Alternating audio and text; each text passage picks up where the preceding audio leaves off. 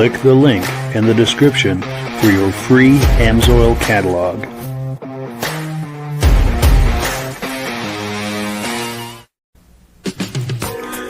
Before we get started, I'd like to give a quick shout out to some of our friends.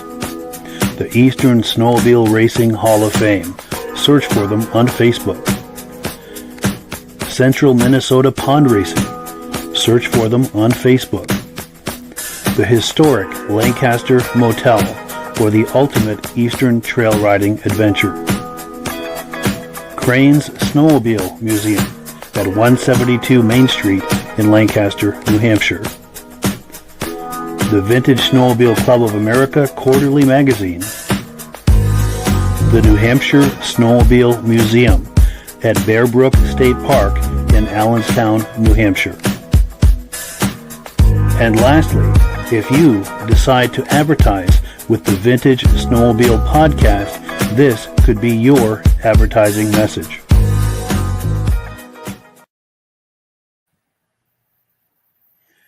Good evening and welcome to the podcast. I'm really glad you're here. I have a robust lineup of vintage snowmobile entertainment on tap for you tonight. But before we get into all of that, I want to make sure that everything is working properly. So if you can see my face and hear my voice, I'm going to ask you to leave a comment. Please let me know where you're viewing this from and whether you are a first-time viewer or a regular viewer. Now, to our first-time viewers, if this is your first time viewing tonight, I hope you have a good time with us, and I hope you decide to join us here each and every Thursday night at 9 p.m. Eastern Time. Now, this podcast simulcasts to 8 different places across Facebook and YouTube. So wherever you're viewing this right now, just circle back in 1 week's time, and we'll be waiting for you with another fun-filled episode. Now, for our regular viewers who are here week after week, month after month, and season after season, you guys are the best, and you guys are the ones who make this possible. We really, really appreciate that. So let's take a few comments. They're coming in hot and heavy. Let's take a few comments, and then we'll bring Midge on, and we will get this party started. Let's see here. Our good friend Ben from the Vintage Mini Bike Lovers YouTube channel is here saying, good evening, looking and sounding good, watching from Carterville, New York, home of the Vintage Mini Bike Lovers podcast.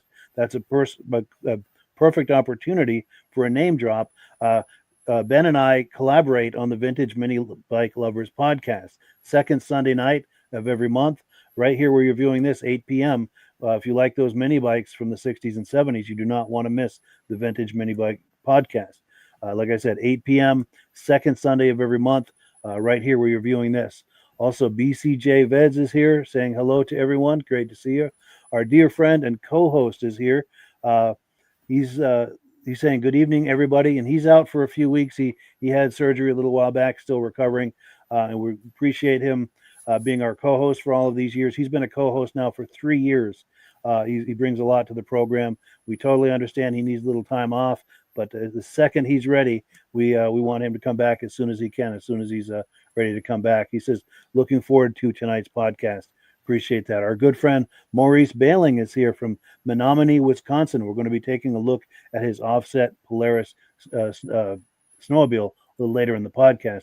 Rich Shad is here saying, good evening, everyone. Nice to see you. Mad Dog is here. Hello to all from cold Wisconsin. Wow, yeah, it's been cold in the east here, too. Josh Leviker, our good friend, says hello from Turin, New York. Great to see you. Our dear friend Judy Rinaldi, who holds the distinction of being the first woman to be inducted into the Eastern Snowmobile Racing Hall of Fame, and also the distinction of being a very dear friend. Nice to have you here, Judy.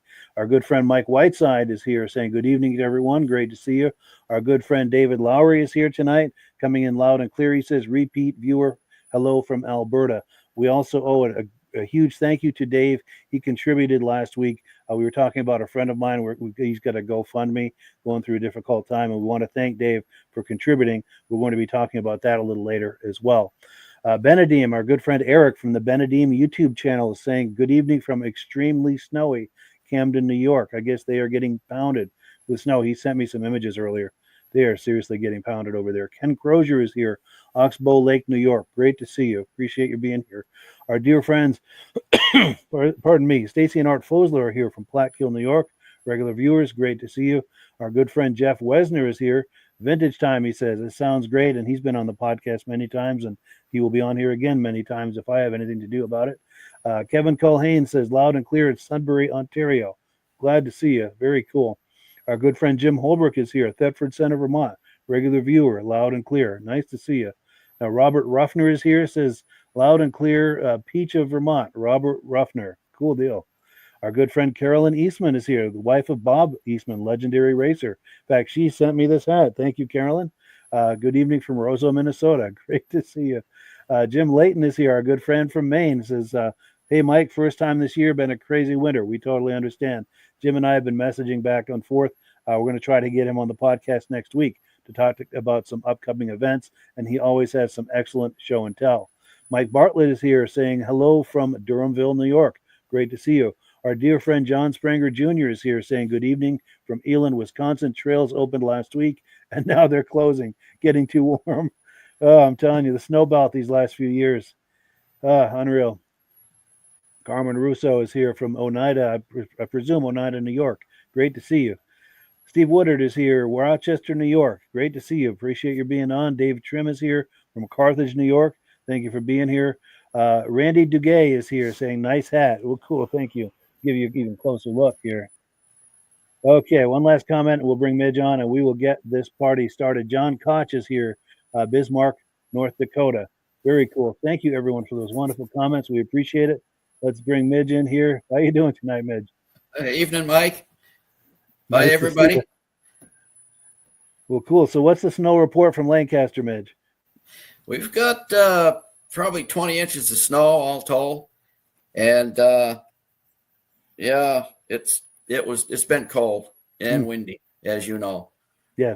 The wind has died down the last couple of days. It's been pretty nice. It's been sunny and still chilly, but very, very nice snowmobile weather.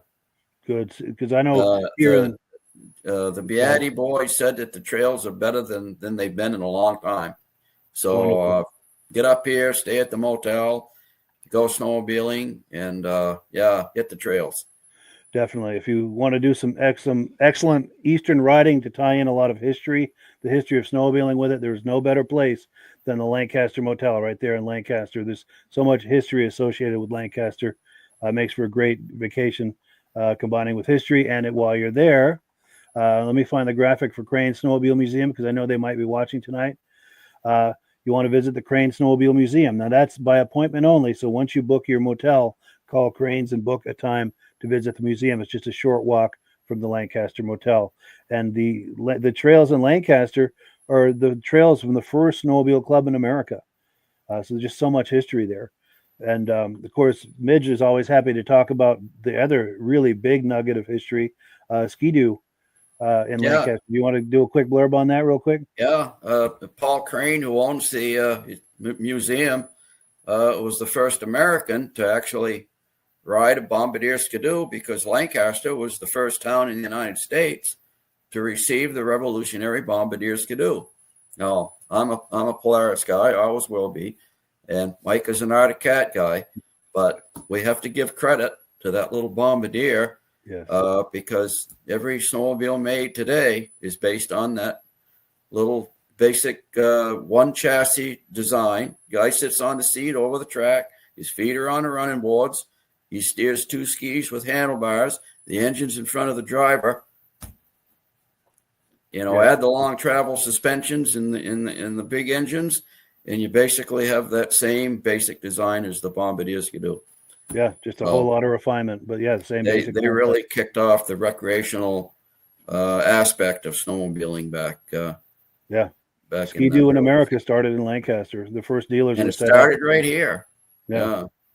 Now, that being said, of course, Polaris was first. They came out in 1954, and they did very well out in the Midwest, and they were well established out there. And then Arctic Cat came along, but you don't see any sleds with rear engines. That the Ski-Doo just basically was, it was better handling sled and light, and somebody had to do it. It happened to be J. Armin Bombardier. Yes. And I have to admit, too, while I am a major cat guy, I have plenty of love for all of the other brands, for Ski-Doo, for Polaris, of course. All of the other brands. I just love all of it. But if you want to ask me my brand, there's no question what my brand is. There's no question what my brand is. Yeah. I really wish that some of those other brands, Mike, was still around. Yes. The innovations that came out in the 70s, from all the brands is what made the snowmobile what it is today. Yes. And everybody had a hand in it. If you put a 1970 sled of any brand next to a 1979 sled of any brand, you can just see how much that developed over that decade. Just so many developments and refinements happened during that decade. And I almost want to say more than any other decade, if I dare say. I think you're right. Yeah. Yeah. The 70s were the heyday. Yes. So much happened. Yeah. And as we've often said, I believe this is the golden age of remembering the golden age of snowmobiling. Because there's a lot of interest in it right now. And, why not have two golden age gentlemen talking about it? That's right. Yes. Absolutely. Well, cool. We have a big lineup of video clips to look at tonight. And one of the things I wanted to try to have as a theme tonight, we've got a few different themes, but one of them is, we talk about all of the major brands, Cat, Polaris, Ski-Doo, John Deere and Kawasaki and all of these. And it's great. It's fun to talk about those, but there are a whole host of obscure brands that we don't talk about anywhere near as much. And I wanted to give those brands some love tonight because they deserve it too. They were just as big a part of that era and all of the fun. So let's show them some love tonight. I've got a clip from the Goffstown show in 2018, and we're going to take a look at some of those more obscure sleds. And there's a couple of interviews in here. Let's take a look. My name is Steve Becker. I'm from Laconia, New Hampshire. That's my 69 Mallard Snow Wing.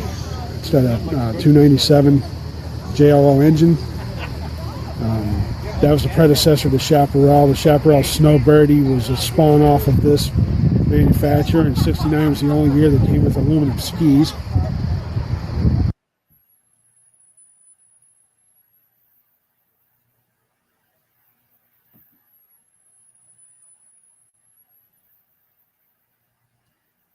This is my 650 Speedway 1973 three-cylinder Kohler triple. It's kind of a unique sled. They didn't make too many of them. It took me quite a while to find a nice original example. I've always liked blue, and it's one of my favorite sleds. That's about it on that. Sure. And this one, I've only seen these in magazines. Oh, this is the only one known. Wow. This is my 1970 Dolphin D6000, rumored to have only have 3 produced. This currently is the only one in existence. It's the pride of my fleet. I show it when I can, but it gets a lot of attention. It's a fun sled to own, and haven't really been able to find any real history on them, but my favorite sled that I have. Nice. Well, good. Thank you so much. Yeah, you do not see those every day. It's great looking sleds. Yes. Yes. Anything catch your eye in there, Midge? Anything worth commenting? I saw one of those dolphins, or is that what it's called? Dolphin? Yes. Yeah. Dolphin. At the national show here in Lancaster. They had one on display. Beautiful purple color. And the Speedway, Paul Crane had a Speedway for a while, and somebody purchased it off him. Oh, no kidding. Yes.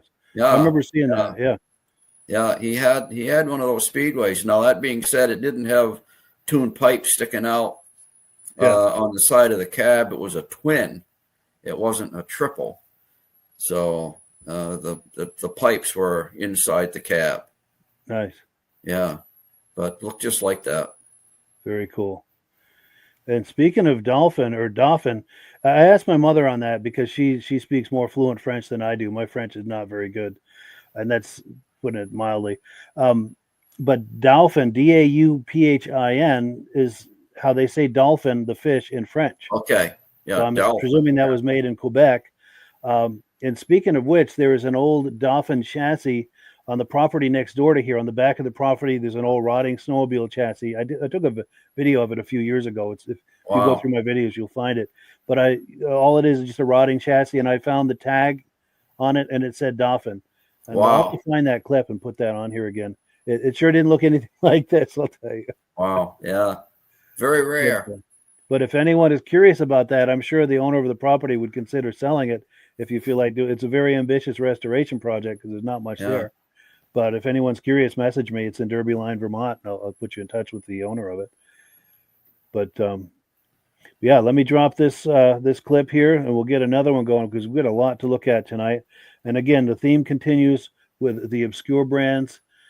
This is some footage from the Island Pond, Vermont show 2021. There's going to be a mix of things in here, but we're going to see some of those obscure brands. Let's take a look.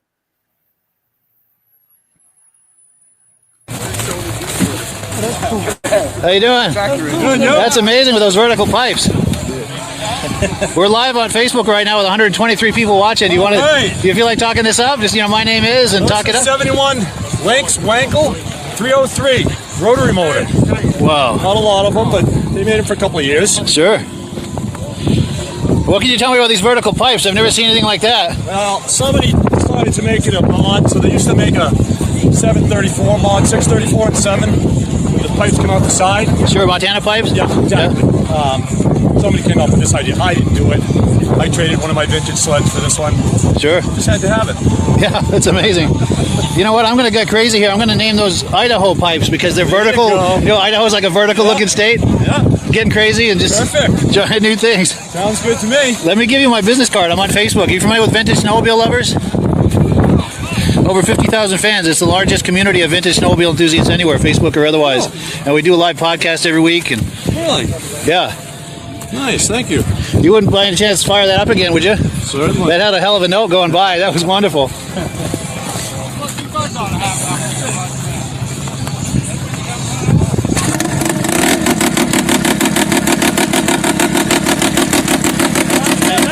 That's amazing. Yeah, that is amazing. Where are you based out of? Kirby, Vermont. Kirby, Vermont. All right. Not far. Yeah, what was your name again? Bob Halpin. Halpin. Yep. Nice. Are you on Facebook? Can I look you up? Oh, yeah. All right. Yep. I am the trail master for Caledonia County Snowmobile Trail Club. Yeah, nice. I gotta go get my clothespin so I can put my label on. Yes, totally. Well, yeah, great meeting you, man. Thank you so much for talking that up. All right. That was a moment right there with those pipes. Cool deal. All right, man. Nice meeting you. You too. Thanks. All right, let's continue the quest for excitement here.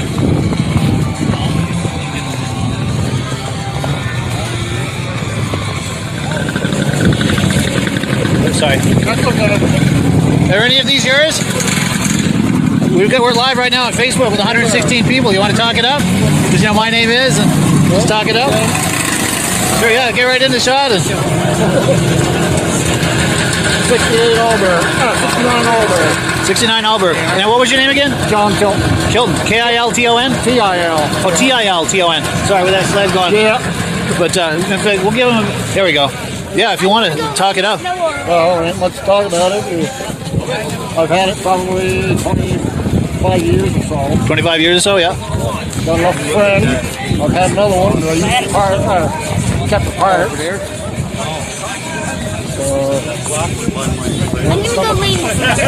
Brother's done some work over the last couple of weeks with my nephew.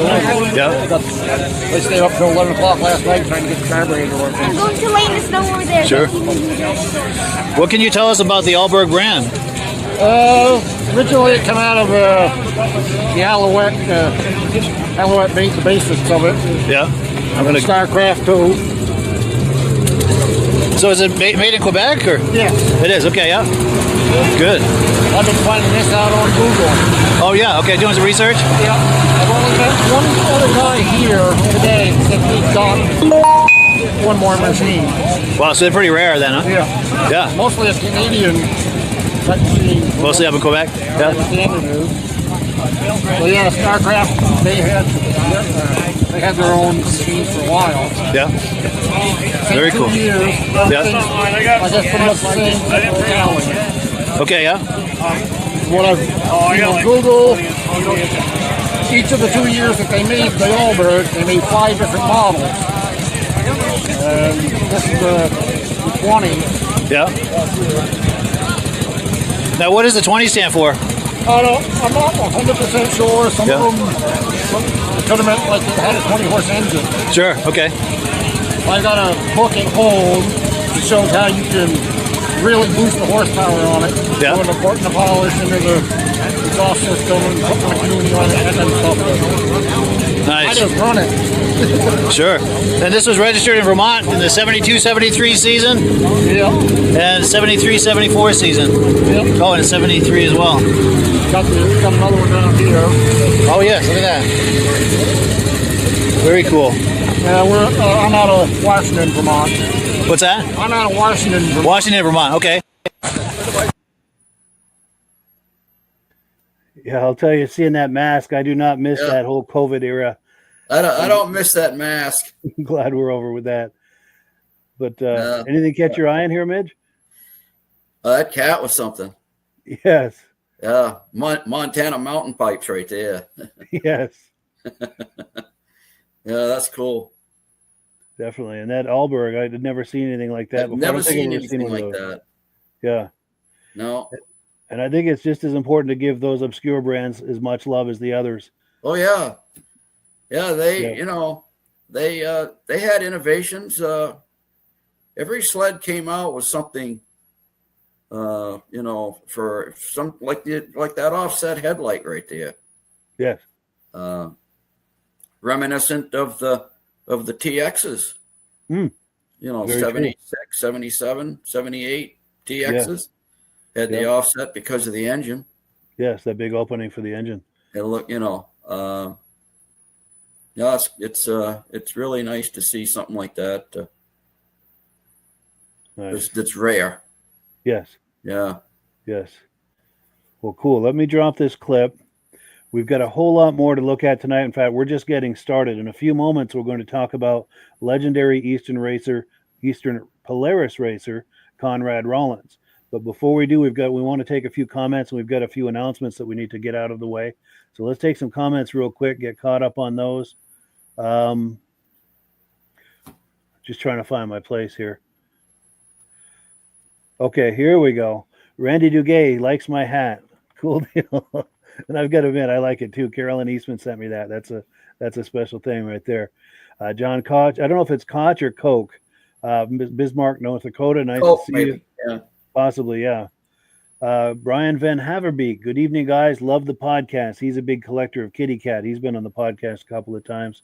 Josh Levicker, our good friend from upstate New York, says 320 inches has fallen on Tug Hill so far this year, with more coming. That's a great destination too for sledding. 300 inches more than we have. Yes, exactly. Then our good friend Jane Murray, from Walden, New York, Ken and Yana. We had I don't have the picture of them handy, but we had lunch with them and Stacy and Art Fosler back in September. Great couple. Nice to see them. Mike Whiteside says, agreed, Midge. I'm not sure which point, but the mask. Oh yeah, COVID. Most likely, and the obscure. Darn well that guy's wife made him wear that. Yes. And then Coho 20 says, hello, guys from Alberta, Canada. Rode my 74 Elan 294 SS for 2 hours this afternoon and 2 feet of fresh powder. It was amazing. That's wonderful. And those were wonderful trail breaking sleds. Those things would go anywhere. Oh, yeah. They're still light and agile. Yeah. Good friend Glenn Ford is here. Hello, guys. A little late. Just got back from a 130-mile ride. Wonderful. Oh. Well, good. And then our good friend Bada Bing from New York State, down closer to the city, says hello to everyone. Great to see you. Appreciate you checking in on this. He usually watches my Muscle Car podcast, so it's nice to get him watching this as well. Very, very cool. Appreciate it. He's got some nice muscle cars too, by the way. Coho 20 says, my first snowmobile was a Starcraft 340 Eliminator. I think it was a 72. Do not see many of them anymore. Agreed. No. And our good friend Ben from Vintage Mini Bike Lovers says, when it comes to obscure sleds, our mutual friend Ed Stab has one of the largest collections. Yes. Definitely. Yes. He had a Cometic at the Crane Show a couple of weeks ago. Nice stuff too. Yes, definitely. He also says, love that Articat with those Idaho pipes. Do you know where I could get a set of those? I have no idea. But if anyone does, please leave it in the comment and and we can try to set somebody up if they want some of those. Our good friend Armand Buteau from Pittsburgh, New Hampshire says Pittsburgh is disappearing under a chain of continuous snowstorms. Where the riding is fantastic and the signal is great. Outstanding. That's also an excellent destination for trail riding. The top of New Hampshire, they always get plenty of snow. What a terribly wonderful thing to have happen. I know, huh? It's overdue. And they've got an excellent trail system up there too. It's well maintained. Jim Holbrook, my good friend from Vermont, says the guy with the cat. Bob used to own the cat dealership in Island Pond. Yes, he did. Yep. And Dirk Seams says, good evening from cold Minnesota. Wow, nice to see you, Dirk. Dirk's been on here a couple of times as well. So, quick announcements. There's a vintage snowmobile ride coming up in Minocqua, Wisconsin, Saturday, February 22nd, just a couple of days from now. All of the details are here. Please patronize that if you're in the area. Also, Bud Gordon, who was on here a couple of weeks ago, he's got an upcoming event March 2nd, the Franconia Vintage Ride. They had an excellent turnout for the Winter Rally on the 16th, by the way. I had hoped to go to that, but the weather did not cooperate, unfortunately. Also, Ray Lacasse, who was on here last week, this is a graphic for his vintage ride coming up March 8th. I'm hoping to go to that. And here's the raffle sled they're going to be raffling off at that event. Do try and patronize that. The $10 per ticket, 3 for $20. There's a phone number there if you want to participate in that raffle. Love to have you participate in that.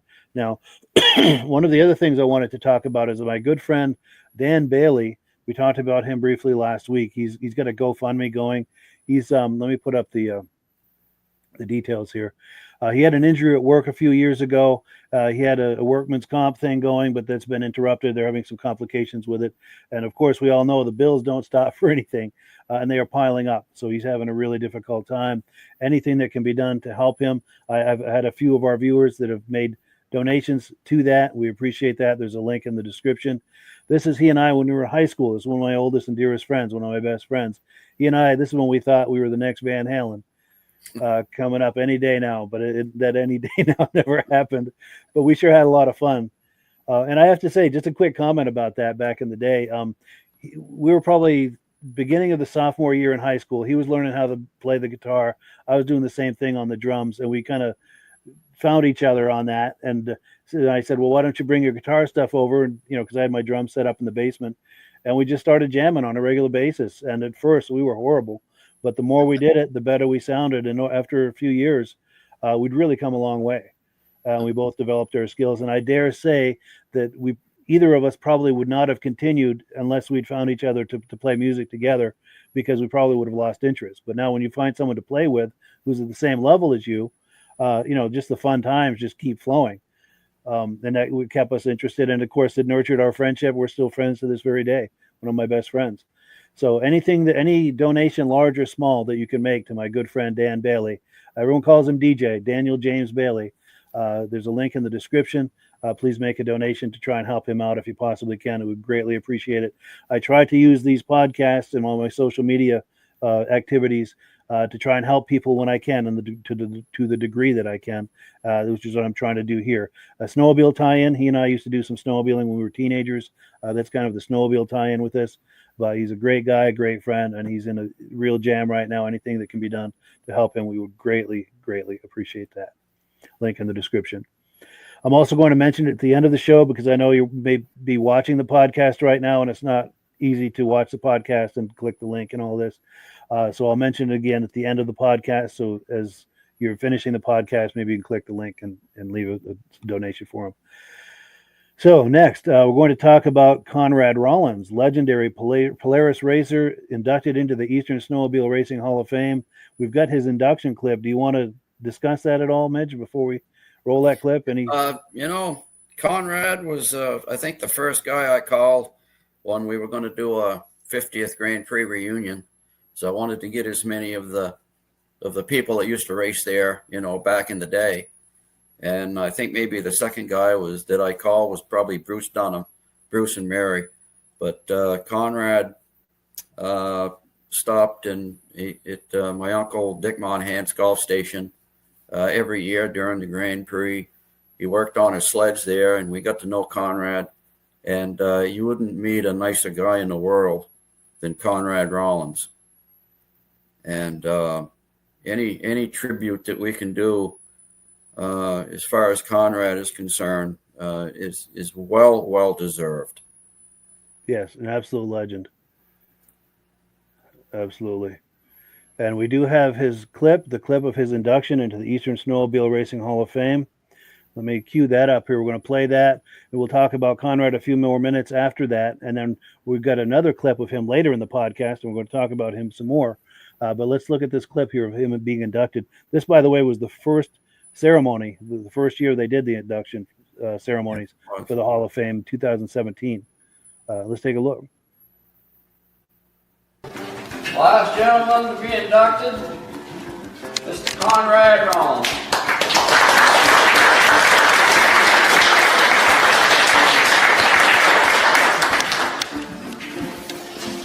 Conrad Rollins, inducted into the Eastern Snowmobile Racing Hall of Fame in 2017. Began racing as an independent Polaris dealer driver from 1967 to 1977. Often won against larger snowmobile distributors and factory teams in Mod 4 and Mod 5 class events. Won the Kilkenny Cup in Mod 4 in 1971. And that's the year that Bob Eastman came to town, and he never took home the Kilkenny Cup, Bob Eastman. As great as Bob was, in 1971, Conrad beat Bob Eastman in the 650 class. And Bob couldn't quite believe it. He goes up to Conrad after the event, and he asked Conrad, he said, what in the world did you ever do to your engines to make that thing so fast? And Conrad told him, Bob, it's not the engine. He said, I just hold the throttle open longer. Was invited by team captain Bob Eastman of Polaris to race Leroy Lindblad's personally prepared 250 Snow Pro race sled at the 75 Paul Bunyan Open. Won every heat race and final by over half a lap. Won a 100-mile cross-country race in Rockland, Maine 5 times in a row with a Polaris 340 TXL. Was a Polaris dealer from 67 to 2004 and was honored by Polaris Industries as Dealer of the Year in 1995, excuse me. Received the President's Award as well as the Trailblazer Award for his achievements in racing and his many years of service in promoting the snowmobile. Great Conrad Rollins.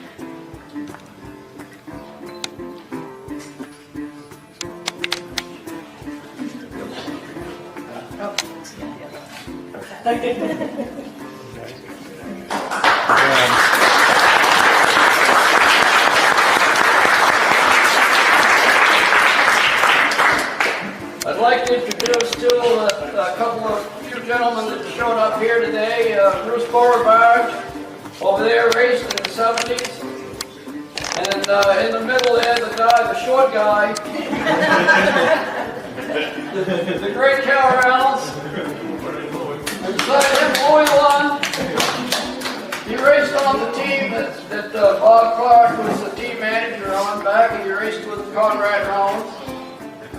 I can remember when Cal always wore that blue scarf. Yep. And that's just embedded in my mind to see him out there, wide open, just unbelievable. He was a great competitor.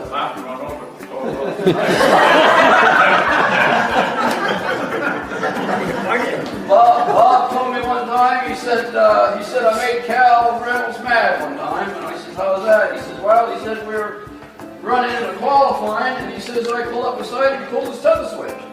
I can understand him being a little upset.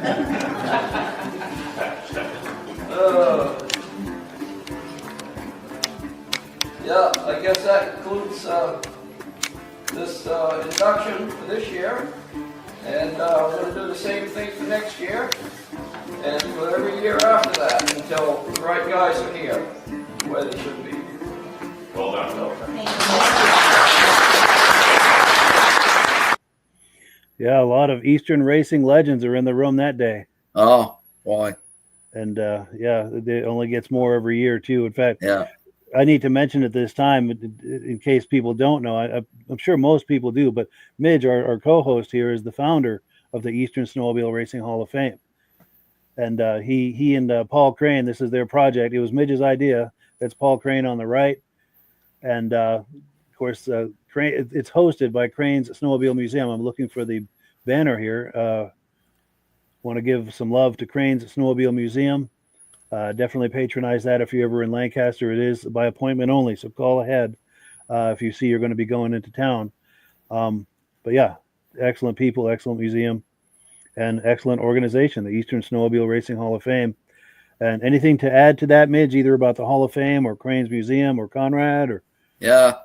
Well, thank goodness Paul came on board because, I mean, he had the perfect place for the Hall of Fame. Yes. He built that museum in 2010, and he hosted a lot of the Grand Prix functions that we had when we did the 50th Grand Prix reunion. Kept the Kilkenny Cup there, on display when it wasn't up at the track and stuff. And Paul, of course, what can you say about Paul Crane? He's a legend. Yes. Absolute legend. Legend among legends. And yeah, so thank goodness for Paul. And now his daughter Melissa is sort of taking over the reins and carrying it on. So we couldn't be more pleased, really. Yes, and she might be watching tonight. Melissa might be watching tonight. I was messaging with her. Yeah, I sent her the link and I was messaging with her. So hopefully she's watching. And talking about doing things. It in the opportune time is when 6 months later we lost Conrad Rollins. Wow. Now that at least he knew he was inducted into the Hall of Fame before he passed away. Yeah, that's wonderful. And we miss him. Vicky misses him terribly. And then they lost Jr. Conrad Jr. The year before Conrad passed away. So she the poor woman, had a double whammy there. Yeah, losing her son and her husband. And it's a great thing that we were able to do it. And yeah, for sure. And then I've got images here. I'm going to pick a couple for us to talk about, and then we're going to look at a few more other things, and then we're going to come back to Conrad later in the podcast. But what can you tell us, Midge, about this image right here? Yeah, Conrad is this is at the motel, and that's John LeBrec standing facing us. Yeah, he was on the Grand Prix committee, and I think that's Aura Hood with her back turned, and I think Conrad might have posed a question to him about racing, and you can see that John is trying to think of an answer. Yes.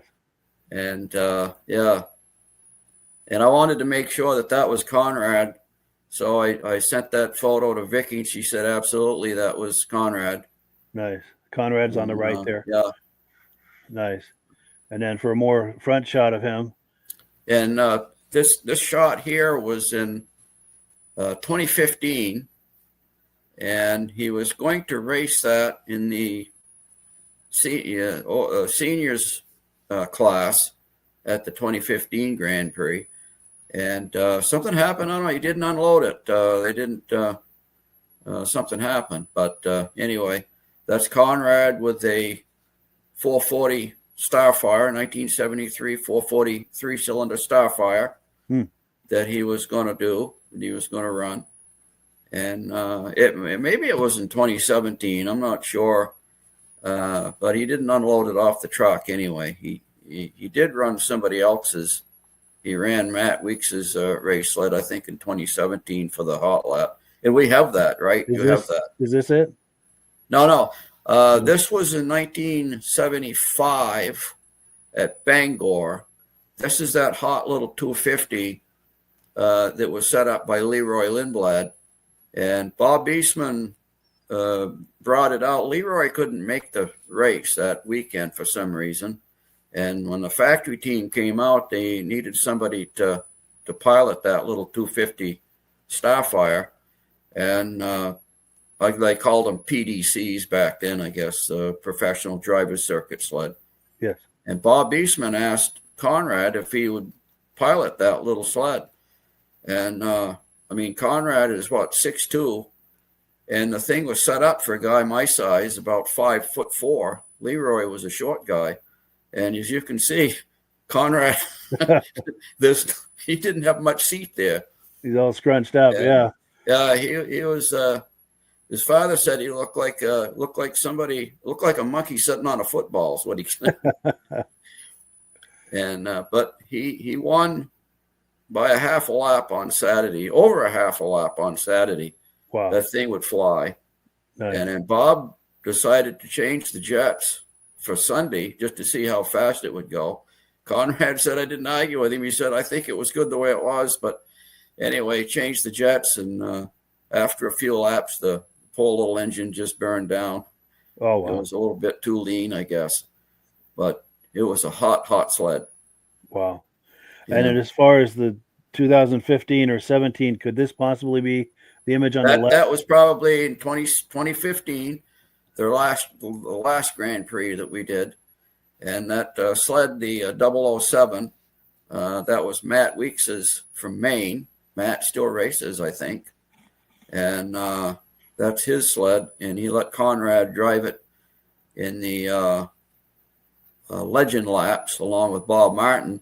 And Bob is behind him on that moto ski Sonnet there. And that he borrowed from somebody. And the motor ski didn't handle correctly.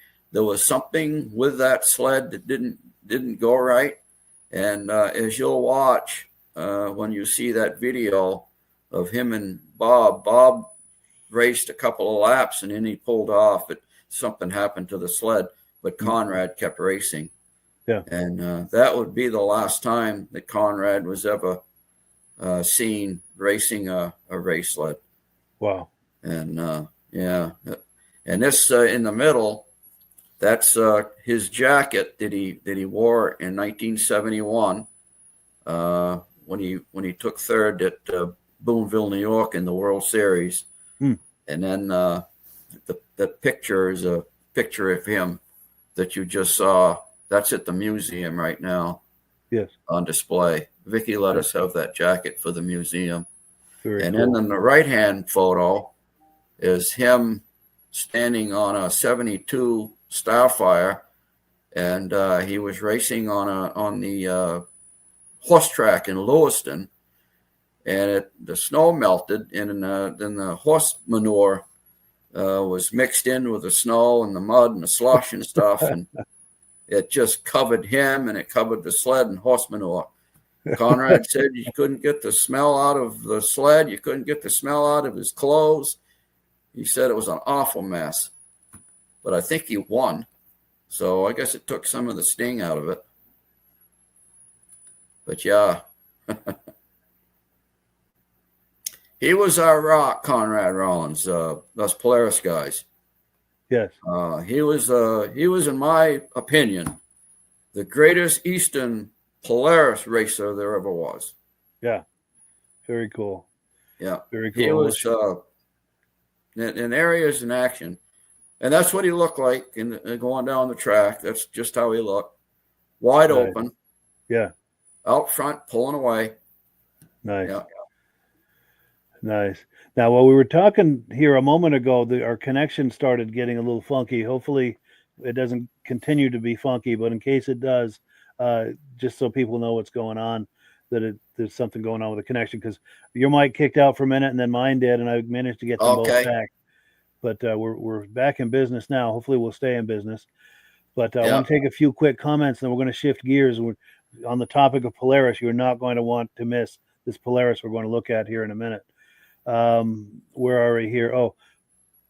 He's Bada Bing says sleds are so damn cool. Love them. Cool deal. We appreciate that. Very cool. Because he's down near New York City. I don't know to what degree, he has experience with snowmobiles and so forth, but I appreciate that he enjoys hanging out with us. Very cool. And then Mike Whiteside says, you guys are so lucky to have these memories. It's amazing. Oh, yeah. Yeah.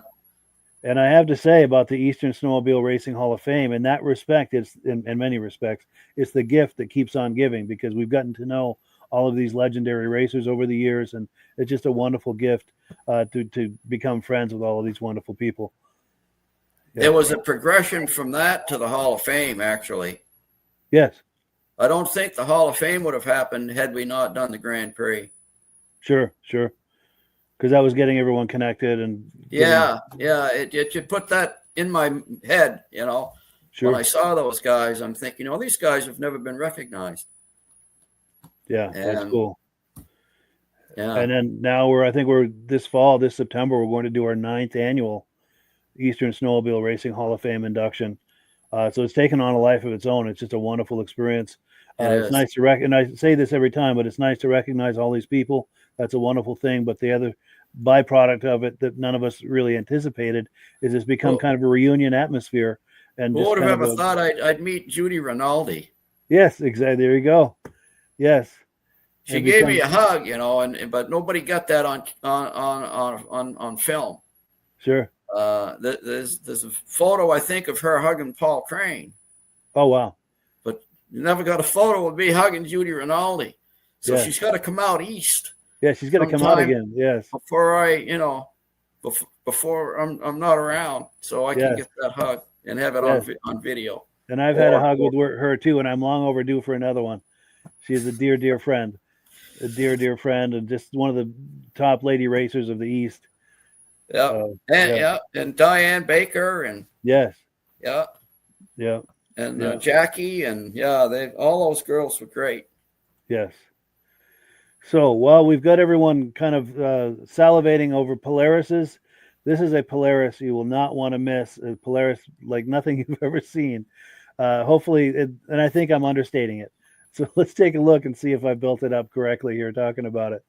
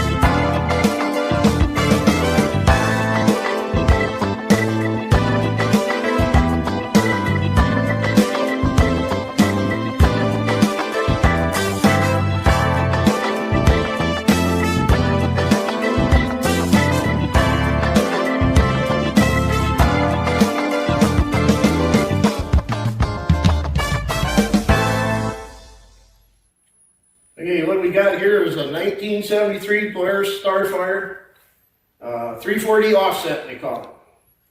Charles Frankie and his brother in Charles City, Iowa, back in 73, built this thing and raced it. They, as an independent racer, they wanted to beat competitive running against factory teams, and this is what they came up with. This is started originally as a 295. They took and put the 340 sandcast cylinders and heads on it to make it a 340. And what they did, they took the motor, turned it around, took the cylinders and the heads and turned them back around. And then the pipes just run through here now. And then the secondary clutch, they had to manufacture a new helix so it would run the other way. This sled has got the Texas suspension skis on it, which the left ski is a little bit further ahead than the right one. It's running 38 carburetors on it. They engages at 7,000 RPMs.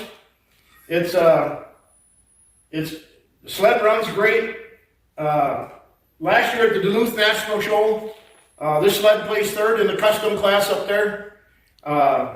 It's won many shows over the years since we've had it. Back in 2016, this sled was featured at the Eagle River Snowmobile Races, Vintage Weekend. And in 2017, we were at a big show down in Clear Lake, Iowa. And we ended up meeting Charles Frankie, the guy that built it and raced it. We met him, he came out, sat on the sled, he was crying, had his camera with him. He hasn't seen it since he sold it. And the sled back when we were racing was sponsored by Union Carbide Oil at a Rabbit, so the sled has a name called the L Rabbit. And he took pictures of us and him sitting on it, told us some stories. The sled is very fast going down, carried a lot of speed out of the corners because the power was over your left ski and carried a lot of speed out of the corners and down the straightaway. He done very well, but we didn't get into how much racing he had done. But in '74, Charlie took a job with John Deere when they were hot into the cross-country racing, so he couldn't own it anymore. And in '78, he sold it to a guy in southern Minnesota, and then that guy turned around and sold it to Jerry McGee in Whitefield, New Hampshire. And it was out there for quite a few years, and I ended up buying it from him. And when we got it, the jack shaft was broke at it, so we put a new shaft in it. And she's all original condition, and runs great. The sled is for sale along with the rest of our Starfires. We have 12 left. We also have a 1970 Polaris Playmate cutter and a 75 Polaris 175 TC sled that we are selling. But we started at 20, we're down to 12 sleds and a cutter and a mini. But it's been a great sled for us, and been able to drive it and show it a lot of times. It's about all we can say about it. Thanks.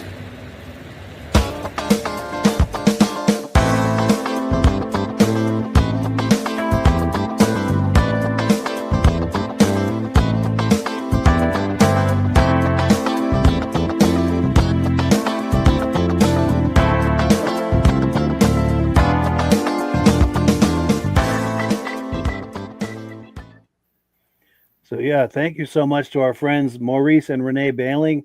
That's his sled, and his wife did the video. Really appreciate that. What a sled that is. What's your take on that, Midge, as a Polaris guy? That's what I'm talking about, Mike. Here's a couple of guys that just thought outside the box, if you will. Yes. And swapped the cylinders around and made the crankshaft turn backwards. And so the clutch is on the right-hand side of the engine instead of the left-hand side of the engine. And now you've got all that weight on the inside, so you can corner faster because you don't have such a chance of it high-siding. Yes. You got all that weight on the inside. That's talk about an innovation, and that's what's really lost in a lot of ways from not having so many people involved in racing like Snowjet and Chaparral and Rupp and all those big companies back then coming up with different ideas. That's what's lost. When you get down to 2 or 3 companies. Yeah, they come out with different things, but you don't have the competition that you had back then. It's true. And then another cool comment, Mike Whiteside said, if Batman had a sled in the TV series, this would have True. been it. Yeah, true. It's true. It's got that Batman vibe to it for sure. Yeah. And you know you were in trouble as a criminal when someone's after you on one of these. When you're an evildoer. But yeah, this sled, as well as all of the others, are some of the ones you see in the background there. They're all located out in, I think it's Menominee, Wisconsin. Maurice Bailing. In fact, let me put his number back on the screen. So if you're curious about any of these sleds, there's some of those sleds also. Those are all for sale. If you're curious, they're about all gorgeous. Yes. Yep. And then one last thing to add on this, I was messaging earlier today with John Spranger Jr. And he said he's got an interview because he's out in Wisconsin also. He's got an interview with Maurice on this sled too that he sent to me. I've got to go back through the video clips he sent to me, and when I find that, I'm going to play it on a future episode of the podcast so we can enjoy that and get some of those details. Dirk Seams, also a Polaris guy, says, I've never seen that or anything like it. Cool that it was a Minnesota sled for a time. Very cool. And it's true, that's been everywhere. New Hampshire, Minnesota, Wisconsin. Yeah. Yeah, just like Johnny Cash used to say, I've been everywhere, man. Yeah. Yeah, and I guess some of the Polaris guys tried it out when it was out in Eagle River there. Somebody wrote that, Yes, Maurice wrote that. Yes, let's see. Charlie took the sled up to Polaris. Bob Eastman and Jerry Bassett. And Very cool. And then Maurice's wife, Renee's got his number up here. And now, do I have the right number on the screen? I can't see it from here. 57. Oh, I may have a typo there. Either I do or she does. See, I've got 576, and she's got 579. So if you're thinking about calling Maurice, take both of these numbers, and because one of us has it wrong. Yeah. It might be me. It's very possibly me. It might be a slip of the finger. Okay. So maybe it's Renee's typo. I'm not sure. But anyway, just know there's a typo and write down both numbers just in case. Because if you're curious about these sleds, you do not want to miss this opportunity. Cool. Oh, and Vicky Rollins says, yeah, thank you. Cool. You're very welcome. In fact, this is a perfect Hi, Vicky. Yes, nice to see you in here, Vicky Rollins. In fact, this is Conrad Rollins' wife, and this is a perfect segue to get back into just talking about Conrad Rollins. So, okay, yeah, it is 579. Okay, I'm glad we caught this. Glad we caught this typo. So that number on the lower left, that's the number to call. And I apologize for the wrong number there. I'm going to have to fix that. Okay. Thank you for letting me know about that. Well, cool. All right, so let me remove this. We're going to talk about Conrad some more. Now, we've got a clip of him on a racetrack, and Midge is going to set up that clip for us. Oh, did your screen freeze up? No, I don't think so. Okay, no, there we go. You're back. It froze up there for a second on this end. But yeah, if you could tell us, Midge, about this clip we're about to look at. This is Conrad Rollins on the track. This video was shot by Matt Weeks, and Matt sent it to me. And it came sideways. Remember that, Mike? It came vertical. And I sent it to you, and you changed it to horizontally. And it's not a very long clip, but it's where Conrad and Bob Martin went out to take some legend laps around the Grand Prix Speedway in 2017. Nice. Well, let's take a look at that. Oh boy. I don't know if it's going to let me play it. Oh, let me try it again here.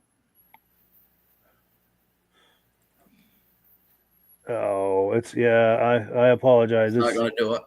It's not. And I know it's complicated to try to explain why, because I downloaded it from my own YouTube channel, but because it's been downloaded, it's not going to let me play it because of a copyright thing, even though it's from my own channel. So, we went through all that. I am sorry about that. Okay.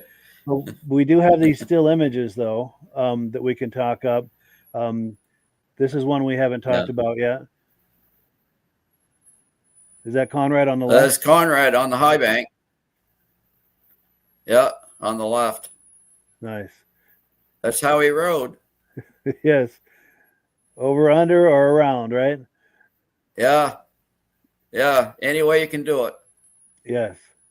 Yeah. And then this shot here, is this the bus we talked about in previous episodes? This is the bus, belonged to Louis Lund. And it's the Polaris East bus. And I don't see Conrad in this photo here, but he raced under the Polaris East banner, although he was an independent Polaris dealer. He raced independently from this team. He had to buy his own parts, and the team members here, I don't think had to buy their parts. I'm not sure how that went, but I think Conrad told me that he had to buy the parts. But they have certainly helped him, on price and everything for that. But I don't see him here, but there is a photo with him lined up with these guys. And Bob Eastman lined up with him one time, and there's a photo of Bob with them guys too. And I couldn't find it, but this is the only one I could find. But anyway, that's a shot of that bus. And this is probably what, circa 72, 73 maybe? That would be 71. 71. And Bob Clark was the race team manager, and he won Race Team Manager of the Year award from USSA that year because he sent more team members to the World Series in Boonville than any other team. And Louis took second. He led for a while, and then Jim Burnett got by him on the last couple of laps, and Jim only beat him by a second or so. Louis was right on him, but he ran out of laps after a while, so Louis took second. Conrad came in third at the World Series, and I think that one of these other guys might have won a class too. Yes. But that was a good year for Polaris, 71. Nice. And then Dirk Seams, also a Polaris guy, he was asking the same question I did. Great minds think alike, apparently. And then, and here's a good question from Dirk Seams, Polaris guy. He's wanting to know how many years. He's wanting to know how many years did Polaris have the red seats. That's an excellent question. Anybody know that? I think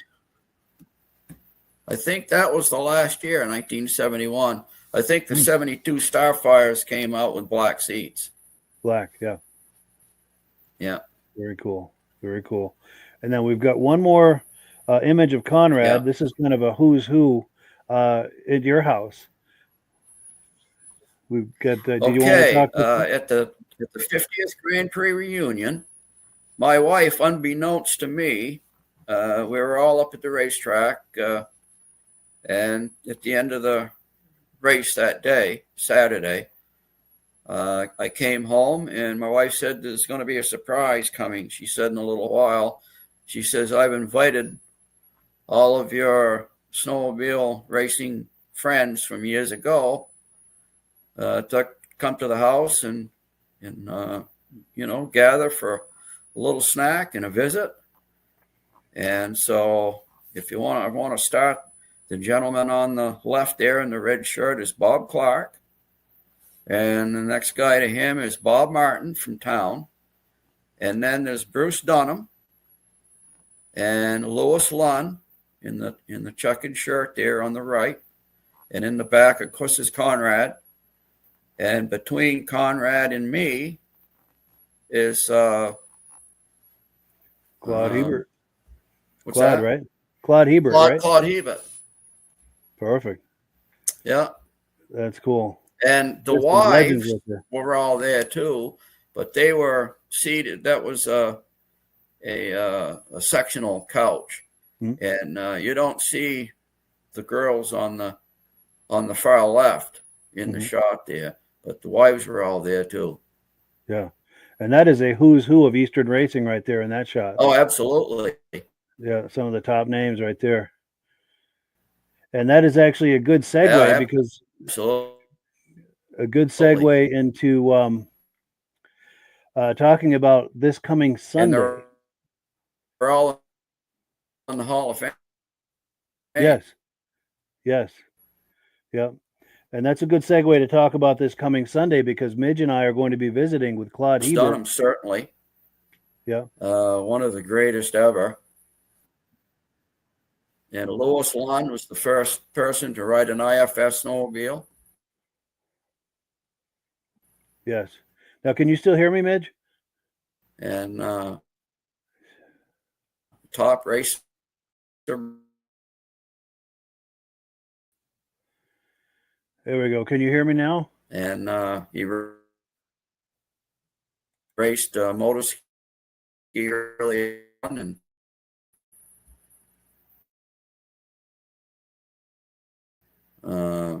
he did. There we go. Can you hear me now? For the sport.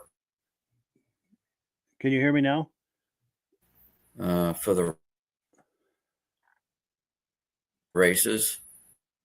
Yeah. Now, can you hear me now, Midge? I'm having trouble with my mic. Can you hear me? We had 3 Grand Prix, and they came and ate at the house. Nice. I don't think I have audio right now. Can you hear me? Can you hear me at all? And then we're going to talk to not showing up, mate. Yeah, my microphone.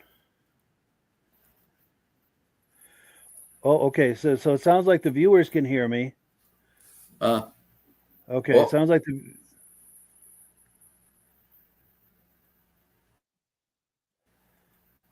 Okay, so yeah, it sounds like the viewers can hear me, but Midge can't. You were on, and I went off. Yes. Can you hear me now, Midge? All right. So what I'm going to do is I'm going to wind the podcast down because it is time. But I want to talk about one more thing before we go, and that is my good friend Dan Bailey. We talked about him earlier in the podcast, and I wanted to mention it at the end of the podcast. So I know a lot of people don't want to click the link and go off the podcast to go to his GoFundMe page. But this is my good friend Dan Bailey. He's a veteran. He was injured in the workplace a few years ago, and his workman's comp is stopped, hopefully temporarily. But the bills, of course, do not stop. And he's in a really stressful situation right now with his bills. And he's a high school friend of mine. We known each other since we were teenagers, a lifelong friend, one of my best friends. And I like to try to use this podcast to help people to the degree that I'm able. So he's going to GoFundMe, trying to raise some money to help him pay some bills to get him through this patch. So if you can click the link in the description to send him a donation, I would greatly appreciate it. And I'd like to also thank some of the people who have from the podcast who have made contributions to help him. Greatly appreciated. He's a great friend, and he and I used to do snowmobiling together back in the early '80s. That's kind of the snowmobiling tie-in with this. But anything you can do to help a good friend of mine would be greatly appreciated. Any amount would be very helpful. I'm going to take a few quick comments, and we're going to close it out. Yes, here we go. Rob Hilditch says Midge is a world of knowledge. Hopefully Midge can see that and see that compliment that he's getting. And also Ben, our good friend Ben, says, great podcast this evening. Thank you for a very informative show. Get out there on your vintage sled and ride. See everyone next week. Outstanding. Well, thank you so much to everyone. I don't know if Midge can hear us or not, but thank you for being on here, Midge, filling in for Rob while he's under the weather. Hope to have him back very soon. And we really appreciate that. Oh, and yes, Carolyn Eastman says, thank you for another great show. Appreciate that.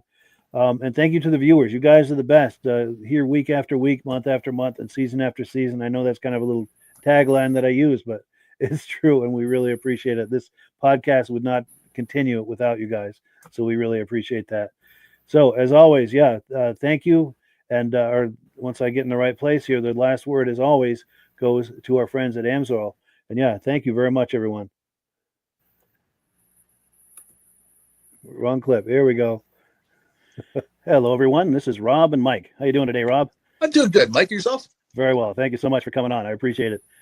Now, today, we're going to be talking about Amsoil. And in a few moments, we're going to show you how you can get the deepest discounts, free shipping, and free gifts when you order your Amsoil products through us. But first, I'm going to ask Rob to give you a quick description of what Amsoil is and why you should consider using Amsoil products in your motorized vehicles.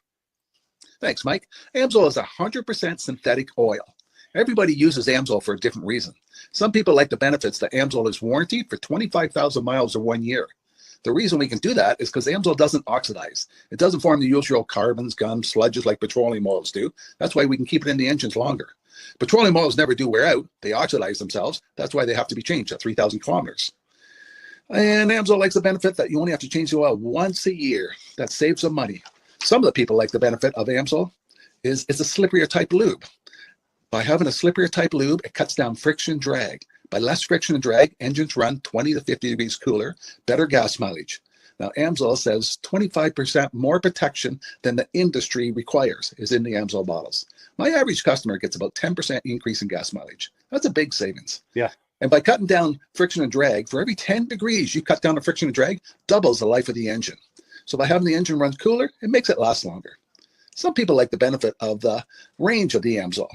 Amsoil's flash point is 425 degrees, and it pours at 50 below zero.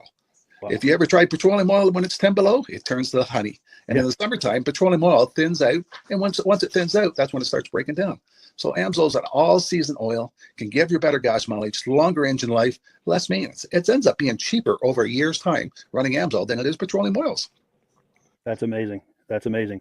And Amsoil is available for pretty much any motorized vehicle, anything from lawn equipment, cars, trucks, boats, ATVs, motorcycles, snowmobiles. Yep. And a lot of people phone me up and say, well, what's the benefit of our gear lube? Exactly what I told you about the engine oil. It pours in cold weather, it runs cooler, makes the equipment last longer.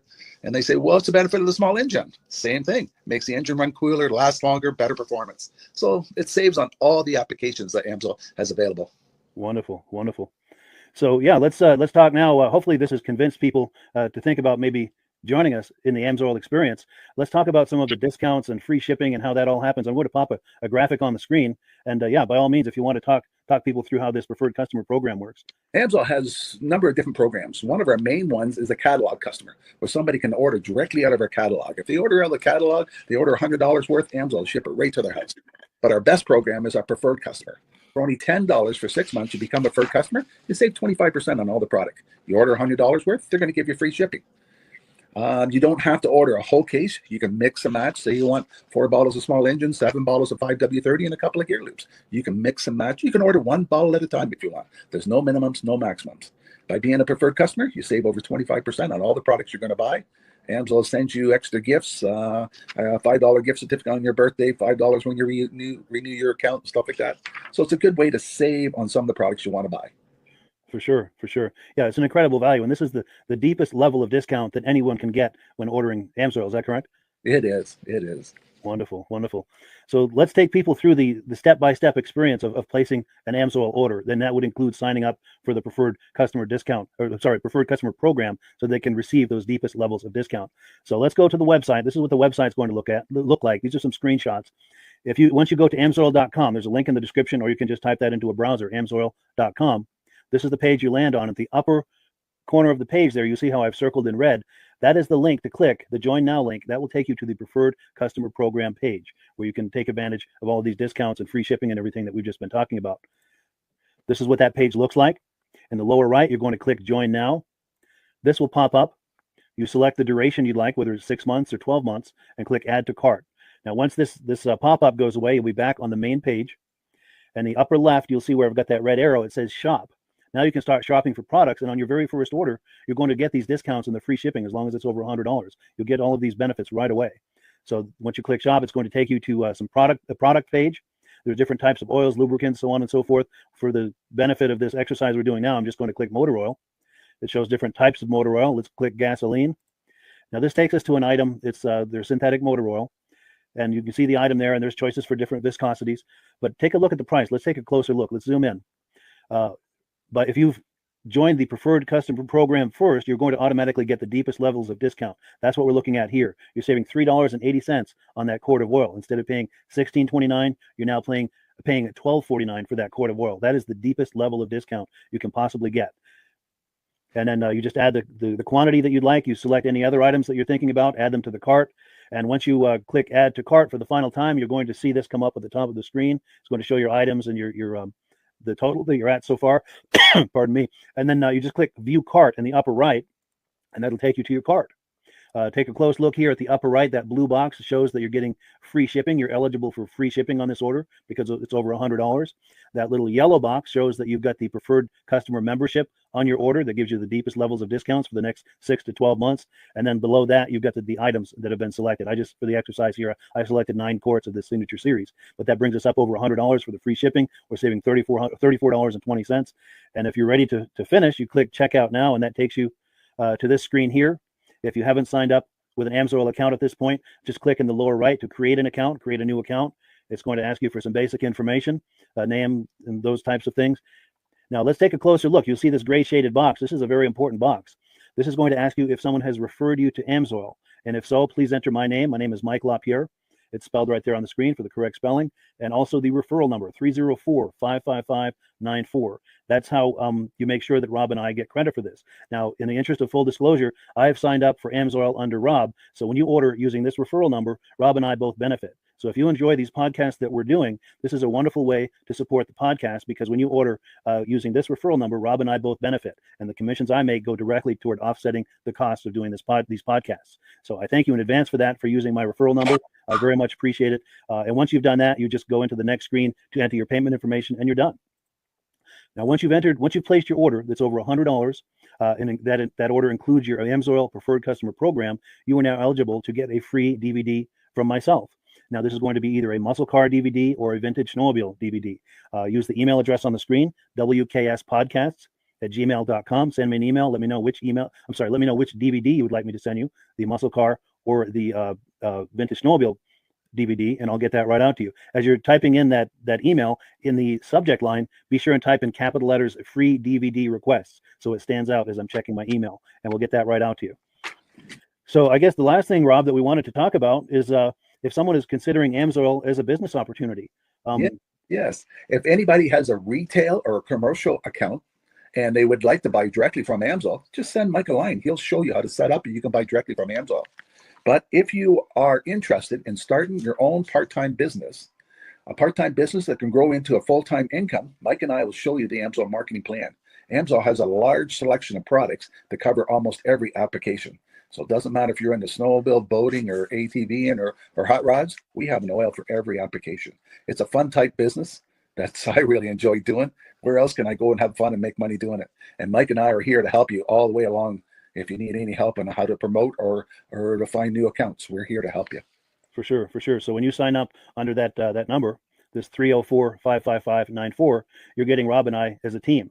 Now, Rob has been doing AMSOIL for 40 years. Can you believe that? 40 years. So he knows every aspect of this business, and he knows all of the ins and outs of the products. So he'll be able to help you with any kind of product questions or any kind of questions to show you the different business models that you can do with AMSOIL. And then the other thing that you get when you sign up under me is I've got a strong background in social media. So if you need some coaching on how to generate AMSOIL leads using Facebook and YouTube, I'm happy to coach you with that when you sign up under Rob and I. You get both of us as a team to help you, to coach you, to support you, whatever you need to get you off and running with this business and having fun with it. Like Rob said, it's an enormous amount of fun. If you're like Rob and I and you enjoy going to any kind of boat shows, car shows, motorcycle shows, snowmobile shows, anything with a motor, you like going to those shows, those events, those races, this is a great way to turn that into a income opportunity for you. Yes. And just by wearing my AMSOIL hat at one of these events, people come up and ask me about AMSOIL. People don't know where to buy it, and I'm there to help them, show them where they can buy the product. Perfect. Well, cool. Well, this is great. Any final thoughts, Rob, before we wrap it up? AMSOIL's a fun business. AMSOIL's been around since 1968. It was the first synthetic oil to be AI approved. Wow. Yeah. That's amazing. And that's very early in the game too, isn't it? Yes. For sure. Well, good. Well, thank you so much, everyone, for viewing. Hopefully, we've gotten you excited as we are about the AMSOIL products. We'd love it if you could join us either as someone who uses the AMSOIL products or to join the AMSOIL team as a business opportunity. And we thank you so much for viewing. Have a great day. You have a good day.